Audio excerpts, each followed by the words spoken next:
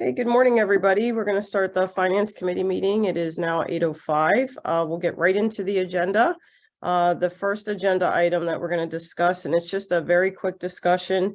If you recall, back at the February 16th meeting and at the prior board meeting, the Finance Committee saw a presentation from PFM regarding some financing and some bond issuance. So we went out for our first $10 million bond issuance. Those results came in. They were very positive. So I wanted to give a brief update to the Finance Committee meeting to show what got approved and how that plays out with the original numbers that were presented and where we're at now. So if you just bear with me for a minute. Can everybody see that? Okay, perfect. And I did send these documents to the committee members, so you should have a copy of these.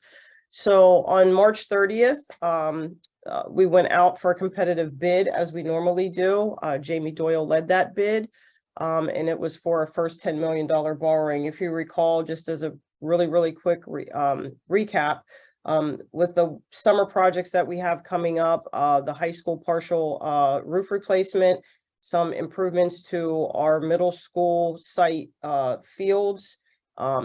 Next year, it'll be a ramp, ADA ramp for Erdenheim, continuation of the roof replacement at the high school, and then the start of the work on our middle school renovation. So in doing that, we did the bond. If you look at this page, this shows all the bidders. Jamie Doyle, when she spoke to me, was very happy with this. Their target was to try to get a 4% interest rate. And you'll see that the winning bid came under the 4%. So we were very happy with that. So if you see where it says winner and the big YES, that is the group that won our bid for the bond. And it came under 4% at the 3.99. So with that, what that relates to or results in is, if you recall, back at the February presentation, you saw a sheet just like this. So right now, that column 1 where it says actual and it's kind of a tan color, that is how this all wraps in based upon how our bid went. So the good news on that is, at the initially what was anticipated was our debt service payment for next year was going to be $575,333. You'll see, because of the interest rate and the strong bid that we got, it is reduced to $407,894. The bigger number that is very good news is that over the life of the bond, it saves us over $2 million. So it was a very good bid. And we're very happy with that. So I just wanted to make sure that I relayed that and gave everybody an update on how that went. Are there any questions about this? That's really terrific, Ms. Green. Yeah, that's great. Can you just repeat the annual? And I heard the $2 million savings over the life, but what is the annual for difference? For this upcoming budget, it's a savings of $167,439. Wow, that's really material. That's great. It is. That's amazing. As you will see in our next presentation. Okay. Alrighty, I am going to stop sharing my screen and then hand it over to Dr. Yannicone for our next item, which is the 2023-24 final proposed budget. Okay, can everyone see my screen? Yes. Okay, terrific. So as we've talked about before, we have this set of guiding principles that we've been working on collaboratively between the board and the administration when we're looking at our budget. And so we've held tight to these principles as we've been working to bring you this proposed final budget. I won't read through. When it comes to this year's budget, we just wanted to highlight a few things for the board members on the committee. And again, we'd like to share this on Tuesday night, May 2nd as well for the full board. So one of the positive effects of this year's budget, because we were able to well staff the district, is that we were able to continue the excellence in student achievement, and we have restored student performance at pre-pandemic levels. If you were able to join any of our academic affairs meetings, this winter, you would see that our students overwhelmingly are performing as they did pre-pandemic or better. And so we're really happy with that accomplishment, as that is not nationally a trend. So our students are doing really well. We were able to complete the middle school athletic fields project at Church Road. As you know, last week we had the grand opening there. We've added some flexible learning spaces at the high school, which are really supporting the intervention period for our 9th through 12th graders. We've improved cybersecurity measures, and you may recall that there are a number of national stories around school districts being targeted. And so we're very happy that the board was able to approve last year's budget that included a number of robust cybersecurity measures. We've also added our supervisor of special education this winter, and that is really helping us with management of off-campus special education services, both at Carson Valley and at a number of off-campus placements for about 20 students. And so that's been really helpful to improve our services all around. We've expanded our building security staff at the high school and at the middle school. We were able to purchase new Chromebooks, lease new Chromebooks for our 6th, 7th, and 8th graders this year, add new staff Chromebooks district-wide to be able to improve the facility of our staff to be able to utilize instructional technology.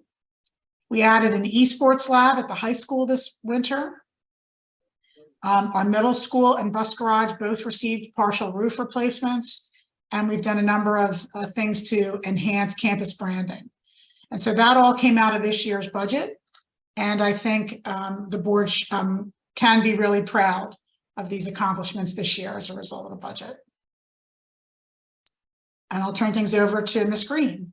Okay, so the next set of slides just gives a snapshot of this year's budget and how it kind of pies out. So you'll see that big blue area in the sources of revenue. It's broken down by local, state, and federal revenue that comes into the district. As we all know, the biggest piece of that pie is local revenue, and a big chunk of that blue pie is taxes, property taxes. But you'll notice that the state and Fed revenue is about 22% of our overall budget. So obviously the bulk of mandated initiatives are funded at the local level. The next slide shows how that funding is then allocated on the expenditure side. So you'll see that the two shaded blue areas, that is direct and support instruction for students. So that is made up of human, educational, and operational resources. So about 81% of our overall budget goes directly to students or to support students, which is very, very positive in the way it should be with our organization. Next slide. So just to go through the budget planning, you've seen these slides repetitively, so hopefully you're following right along with this. You'll see on the highlighted area of where we are right now.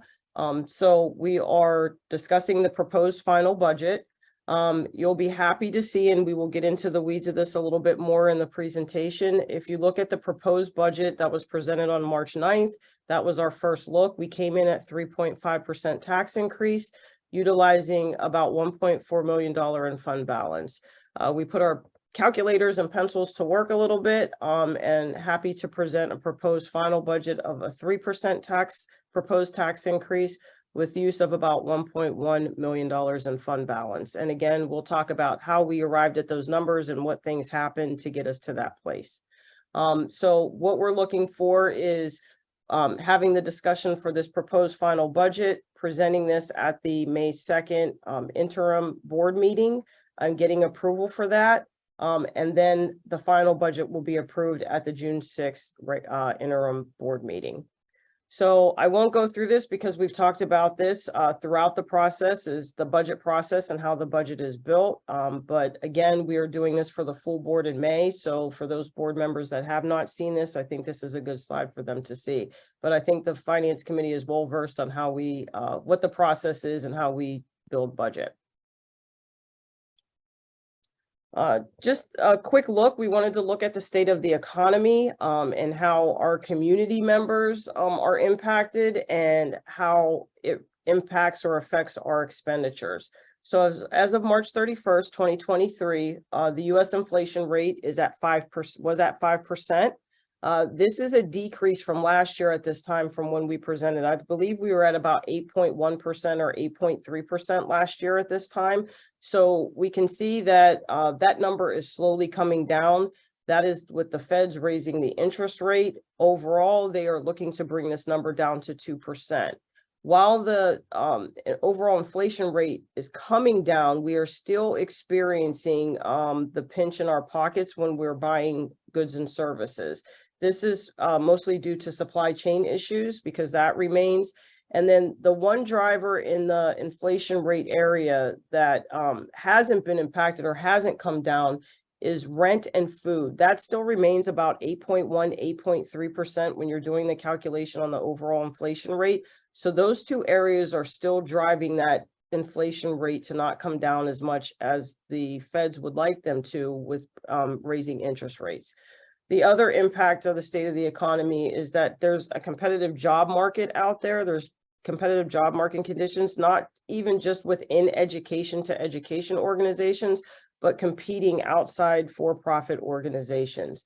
So what this does to our expenditures or our budget is it impacts rates for contracted services such as substitute, custodial, and security. And just as a reminder, you know, we're going out to RFP for custodial and security in the near future. I will hand it back over to Dr. Yannico. So we continue to be utilizing ESSER grant funding. We have about 16 months left of those funds. They expire in September of 2024. And so in this budget, you will see staffing for elementary math specialists continuing in 23-24. The 2 elementary math specialists, we're seeing some significant gains as a result of those 2 positions. We also had added special education teachers to lower caseloads across the district. 2 of the positions, we added 4, 2 of the positions are being paid through ESSER. Once again, next year, 2 of the positions are already embedded within our budget. And I will say that all 4 of these positions, Ms. Green and I have been working together to make sure that we can smooth the entrance of those positions into the general fund budget starting in 24-25 so that we can continue to offer those services to students. We are also looking at mental health resources and student supports across the district. Very shortly, there will be an announcement. We have secured a very well-known national speaker on suicide prevention who'll be joining us next month to meet with families and with our secondary students. We also have utilized these resources for our social emotional learning program, second step curriculum, and staff development around trauma-informed practices. We've added, next year we'll have year 2 of the cybersecurity plan implementation, and there's a cost associated with that in the 5-year plan that'll be covered by the grant. We also have allocated some of these funds for security staffing at the high school and middle school. We're going to continue to add flexible furniture at the high school to accommodate lunch and learn. We have a plan right now for the high school library where we have some dated and less comfortable and less flexible furniture. We're going to replace that likely over the next 2 years. And then as you saw on the board agenda Tuesday night, we're utilizing ESSER grant funding for security cameras, lighting, and also staffing in the anticipated new RFP to increase safety for our students and staff. So our ESSER grant funding, we feel like we're fully utilizing, and we anticipate that we will have exhausted those funds on time by the end of September in 2024. I should ask, before Ms. Green continues, are there any questions thus far? None from me. Okay, we're halfway through the slides, so thought I'd give a quick break. All right. Okay, as I announced earlier, we are proposing, this is the proposed final budget, and we are proposing a 3% tax increase with anticipated expenditures of $69,635,218, with anticipated revenues of $68,524,377, and use of fund balance of $1,110,841. The next slide, and we'll get into the weeds of how those numbers were arrived and what the differences were from the first look budget. Again, you know this snapshot, it's just now filled in that the proposed tax increase is 3%. And it gives a good history of what the Act 1 index and the school district's tax increases actually were. And then the tax increase options, as you know, at the last meeting, we presented we presented the same exact slide without the 3%. So we were coming in at the 3.5% area. So we gave a snapshot of what 3.25% and 3.75% look like. So the one thing I do want to note on this is I wanted to do an apples to apples comparison. So you'll understand how I arrived at the 1.1 use of fund balance when this is showing 1.77. But I wanted to do apples and apples. So that is if nothing else changed and we just reduced our tax increase from 3.5 to 3 without changing any things in revenue or expenditures. That would have been the fund balance impact at a 3% increase with nothing changes from the first look. But this gives a good snapshot. Please note, I do not have the gaming money that gets certified May 1st. That is essential in the calculation of what the savings is for the homestead farmstead taxpayers and what their reduction will be on their tax bill. So I don't have that information. So this is based on 22-23. So the impact on the median homeowner based upon a 3% increase would be $13.83 monthly and $165.99 annually. Okay. So taking a look at this, I added another column and you will see that the final proposed or the proposed final budget is that right-hand column. You can see where the differences lie. There's a summary slide that I will go through this, but I just wanted you to have a look at extending this out from last meeting, at looking at the proposed final and comparing that to how we presented last meeting. And the next slide is going to do the same thing, a snapshot of the expenditures. So you can see kind of where what line items or the differences lie. And the important slide is the next one, because it explains how we got to where we are. So what changes happened to the budget assumptions to make us get to the point that we are, where we're at a 3% with a 1.1 use of fund balance. So on the revenue side, there was a net increase of $122,711. That came from a tax rate decrease from 3.5 to 3.0. There was an adjustment for interest earnings to reflect actual market rates. So that number actually went up. Facilities usage was adjusted based upon how we've trended over the last 5 years and current budget, plus with the addition of our newly opened middle school fields up on Paper Mill and Church. So that was adjusted slightly to reflect that usage. The addition of the PCCD health and safety grant and then access funding was adjusted to reflect anticipated expenditures. So by adjusting those things and adding some funds in those other areas and decreasing our tax rate, we ended up with a net increase on our revenues of $122,711. On the expenditure side, we had a net decrease of $181,614. On the salary and benefits side, we had some attritional savings that were applied based upon some retirements and then netting that out against people that replaced those retirements. And then the big one was what I just presented was the series of 2023 bond issuance. That got finalized and that provided us with some savings. So we were able to have some decreases in our overall annual debt payment.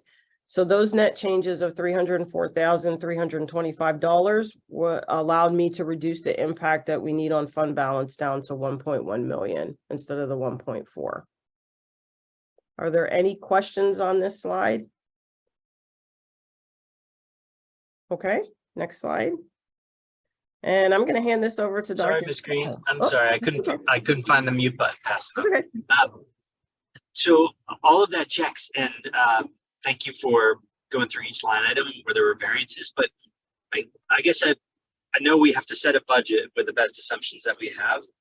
But among the revenue line items in particular, but maybe also on the expenditure side, is there anything that stands out as a potential significant risk versus the assumptions that we have?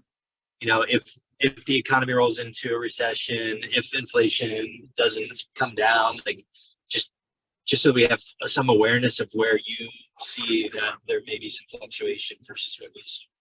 Sure. So if you recall from my previous or last meeting and going through all the revenue and the budget assumption, expenditure assumptions, I believe all the risk is built in these areas that I've identified. I don't believe that if there was a change in market conditions or rates or anything, that any of these line items would be impacted. The one that I'll talk about is interest earnings. My peers and I've done some research about the economy, knowing where the feds want to bring the inflationary rate and where interest rates are now. I feel very comfortable keeping our number or adjusting our number based upon how we perform this year. If you recall the previous year, I really almost zeroed out interest earnings, and we have done very, very well. Ms. Jenko and I have aggressively invested funds so that we can maximize the amount of interest earnings that we're getting. So we're doing well with that. We work with Pliget. They work with us on making sure that we ladder our investments out so that we're investing throughout the year so that we can maximize our interest rates. The other areas, facility usage, that adjustment I know is steady. I don't imagine that will, it might be even more depending on how the new fields, how that opens up. But that's been strong and steady, and just based upon where we're trending this year, I imagine that'll continue. The PCCD health and safety grant we're approved for, so that money is put in, that will not go away. And the same with access funding. We're drawing down based on monies that we have banked, and that money is guaranteed. So as far as the revenue assumptions, I don't have any doubt or hesitation to present that to you as far as us being able to net the savings that we are. On the expenditure sides, the attritional savings they're set because of retirements that have been announced and already board approved, and knowing the hiring, and some of the hiring has already happened. So I am very confident in those savings. And then you just saw the bond savings. That's a done deal because it's finalized. So all the things that we have showing here, I have no doubt in my mind will follow through, regardless of what the economic conditions, how they trend out. I appreciate that additional detail and your confidence. Thank you. Okay, so I'm just going to provide some reminders. We went over a number of these items, both at Academic Affairs and previously at Finance, but just as a reminder, these are the additions to the operating budget to explain and justify why the 3% is still necessary. So you can see here under salaries and benefits, the STEA contract, next year being the first year of that new contract to provide competitive salaries and benefits in a staffing shortage nationally, that's the bulk of the additional operating budget in that 1.3 million. The SDST contract, we're moving into year 2, and you may recall that they had a larger bump in year 1, and then it leveled out considerably for year 2. Act 93 also settled in their year 2, and so it's a much smaller hit than it was in the first year. And then we also had a confidential agreement we have 10 confidential support staff members, and we reopened that and extended them by 1 year to try to bring them into alignment with our SDST contract. There were some adjustments we needed to make out of fairness and consistency for that small group.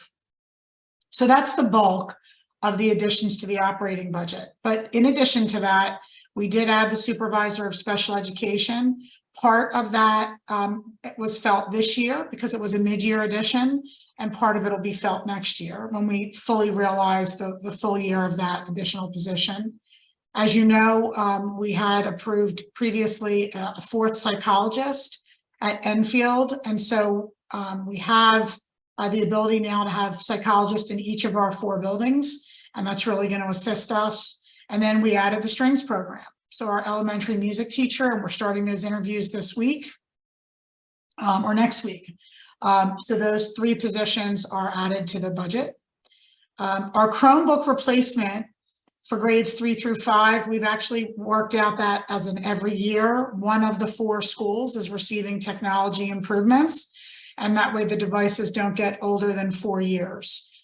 So we know that the students have well-used devices. We've gone through an evaluation process, and the Chromebooks that our Erdenheim students will be receiving in September will be enhanced. We've decided from an instructional standpoint that the 3rd through 5th graders in particular, as they transition from iPads to Chromebooks, we're going to get touch devices for them. And that'll really enhance some of the instructional opportunities we have. We do not have touch devices in 6 through 12. We don't feel it's necessary based on the instructional programming, but we have decided in the last few months that 3 through 5 would really benefit from that transitional tool.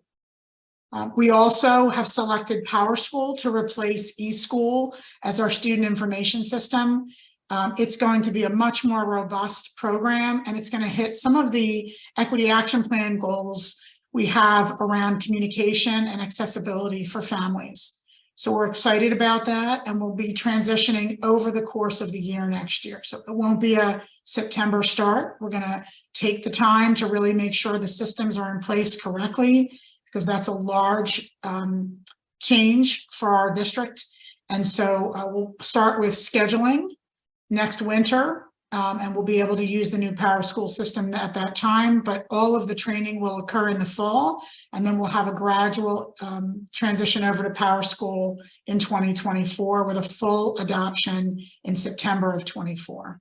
We're also looking at their accompanying LMS, their learning management system, Schoology, and it's our intention to bring that on board as a pilot over the next year, and then full adoption for secondary schools in 2024 September. And then we have year 2 of the cybersecurity plan. So a number of technology initiatives. We've talked previously at Academic Affairs about the curricular plans. We are currently looking at several core areas, and then the elementary strings, resources, and materials. We already talked about the ESSER dollars. And then in the facilities area, we have ongoing district-wide preventative maintenance. We have some, for example, some additional areas of the roofing that we've already discussed. And then we also have the library refresh to accommodate lunch and learn at the high school. We've got the high school's partial roof replacement, which you approved on Tuesday evening at about $1.7 million. And then we have the middle school building and field renovations on the existing site adjacent to the middle school building. So these are not the just completed Church Road athletic fields. This is the fields that we approved at property earlier this winter on the track, football field, and multipurpose field closest to the middle school building. So we have a lot of additions to the operating budget, some terrific improvements, and all of those have been incorporated into this budget plan. Are there any questions about the additions to the operating budget before I hand things back to Kara to finish up? So, and I think that you covered this really well. The slide looks exactly the same as it did last time. So we're not cutting any of the plans to realize the savings. That is super impressive. Really nice work. Thank you. And we had Kara really worked hard with some of these numbers as she explained in the previous slide. We had some good luck, some good fortune, and some opportunities for attrition that are really making the difference. And so we don't have to say no to anybody this year. It's terrific. That's great. Thank you. Oh, sorry. So again, this is I like to do a five-year historical look back, and then look at current, and then look at where we're at. So I just updated this slide. You've seen this slide before, but I think this puts everything all in one slide, and it gives a lot of good information. It looks at our Act 1 index increases, where they were, and what our actual increases were, use of fund balance, the budget, and how it initially got improved, and what actually came to fruition at the end of the year through the audit. So we'll be wrapping up the 22-23 budget. It's hard to believe. But that'll be wrapped up and then we'll start that audit in September. So we'll have final numbers and take a look at where we land for 22-23. But I did update that to show what our 23-24 numbers are faring out at. And then the final is just a recap of where we're at right now. So this is what we are recommending as the proposed final budget. We are looking to have this approved at the May 2nd interim board meeting. And again, there's a 30-day period for public inspection and any changes before the final budget is approved at the June 6th meeting. I did leave some cushion just in case to make sure that we had another meeting in place because we have to approve the budget by June 30th. So we do have that cushion to make sure that for any reason, if anything were to happen, that we had an additional meeting to give us some more time.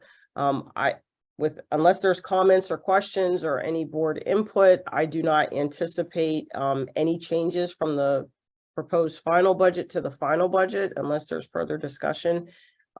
So that's where we're at right now. So I will take any questions or any comments from the committee.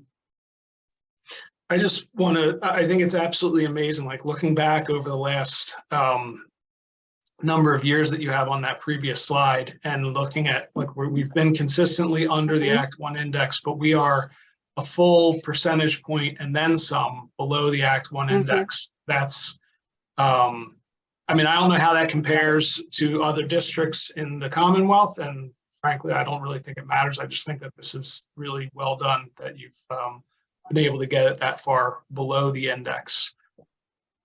Thank you.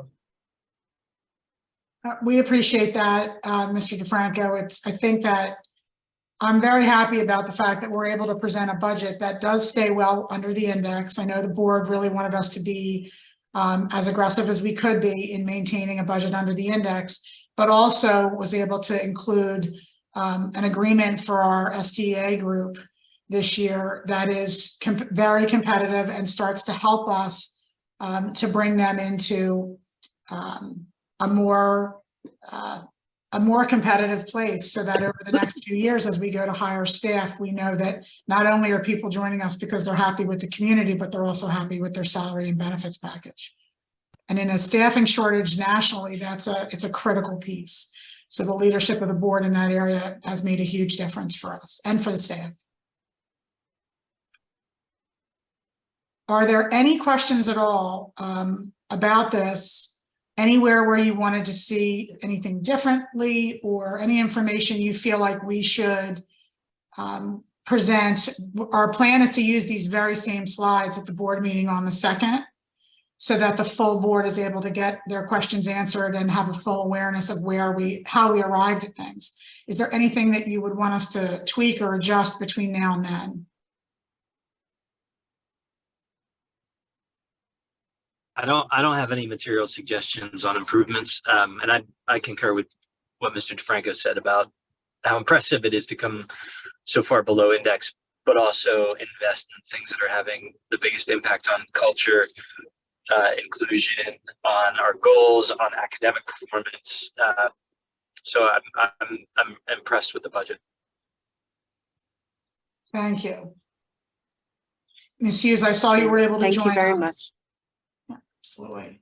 Yeah, no, I don't have anything additional that folks haven't already said, of just, yeah, appreciating the work and thoughtfulness and balance here. And I know it was said like maybe that stat isn't useful, but I actually do think it is. If any of our residents in the township do have concerns about the tax rate, to be able to present that stat in comparison, and also for us internally in years, but also sort of to other regions, I think is a helpful thing to assuage people's concerns. That's slide 17 you're referring to. Yeah. Yeah, I think the comment had been made earlier, like about that stat, and I do think it is a really helpful one in conversation. Thank you. Yeah, every district is unique, obviously, but Ms. Green does communicate with other business administrators in the region to make sure that, to the extent feasible, we are also trying to be consistent and share best practices across the county and beyond. Okay. Well, Mr. DeFranco, I think historically you have provided the finance report. I'm happy to continue doing that unless somebody else wants to. Okay, so we'll make sure that you have any questions answered between now and the 2nd so that you can give that report. Obviously, we'll have the presentation. And if there's no other topics, we'll entertain a motion to adjourn. Sounds good to me. Sounds good to me too. Thank you, Kara. Thanks so much for all your work on that. And Mary Jo and Samantha, excellent job. Absolutely. Thank you. I agree. Yes. Thank you. Thanks very much, everybody. We really appreciate your support. Have a great weekend. All right. Bye, You too. everybody. Thank you Thanks, so you too. much. Bye-bye. Bye. Take care.